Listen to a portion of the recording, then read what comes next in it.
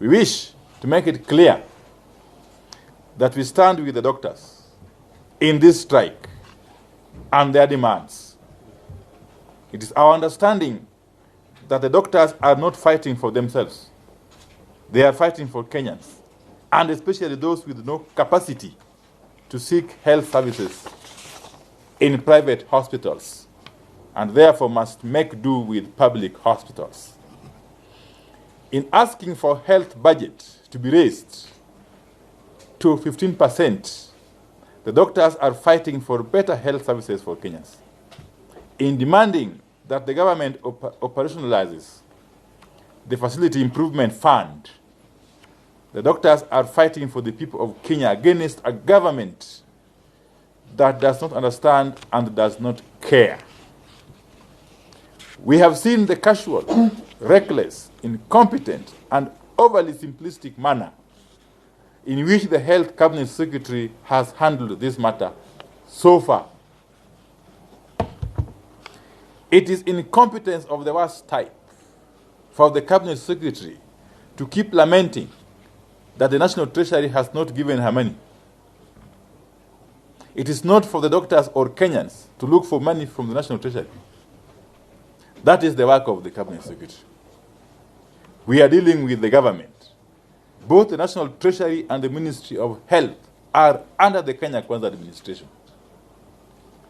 If the Health Cabinet Secretary is not able to make the National Treasury release funds for a critical ministry like hers, then she has no option but to quit, really. Maybe she's a joker. We don't know again. Maybe she does not understand the ministry and has not been able to make a compelling case for release of funds, or she just doesn't care. Whatever the case, Susan Nakhumicha has failed the medical fraternity and the whole country. She must be prepared to take responsibility for any deaths that may result from this strike. What is it that the Ministry of Health did not see coming? It is the policy of the government that interns should be posted 30 days after graduation. It has delayed by now 8 months, and there's no end in sight. Didn't the government know the number of doctors who are going to graduate each year, and the policy that they have to be posted as interns 30 days after graduation? We are witnessing a clear demonstration of serious mismatch of policies, roles, and responsibilities that run across the entire Kenya Kwanza administration. It is the same confusion in the Ministry of Education, Agriculture, and everywhere else. A wrong person in a wrong job always poses a disaster. A government that talks of universal health care but cannot find money to place intern doctors is a contradiction that is worrisome.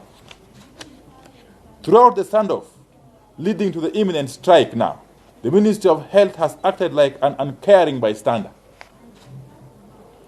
The attitude of the ministry has oscillated between cowardice, contempt, and incompetence. The ministry completely failed to learn the lessons of the past doctor strikes and refused to constructively engage with the KMPDU until the last minute. Instead of treating the medical workers with the respect they clearly deserve, the Cabinet Secretary took to lecturing them at political rallies where the doctors are not normally present, unleashed police on them, and resorted to mudslinging matches on social media. This is completely unacceptable. We are witnessing the consequences of a entrepreneur-driven government system in which prioritization of what to finance and what to downgrade depends on expected kickbacks. If posting interns had room for decent kickbacks to Kenya Kwanza mandarins at the National Treasury and the Ministry of Health, they would be fighting to have them posted.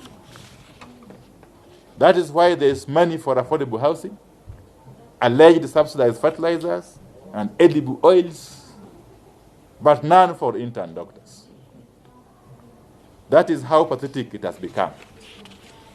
Beyond health, however, we are dealing with fundamental moral questions in this strike. What message are we sending to our youth as a country when young people study hard in high school, score top grades, study medicine in university, then the government tells them that there's no money for internship, leave alone employment? What kind of a country is Kenya Kwanza running? There's no doubt whatsoever that those doctors being brutalized or being addressed dismissively by the cabinet secretary are more intelligent than some government officers who are frustrating them. No wonder Kenya is suffering from unprecedented brain drain.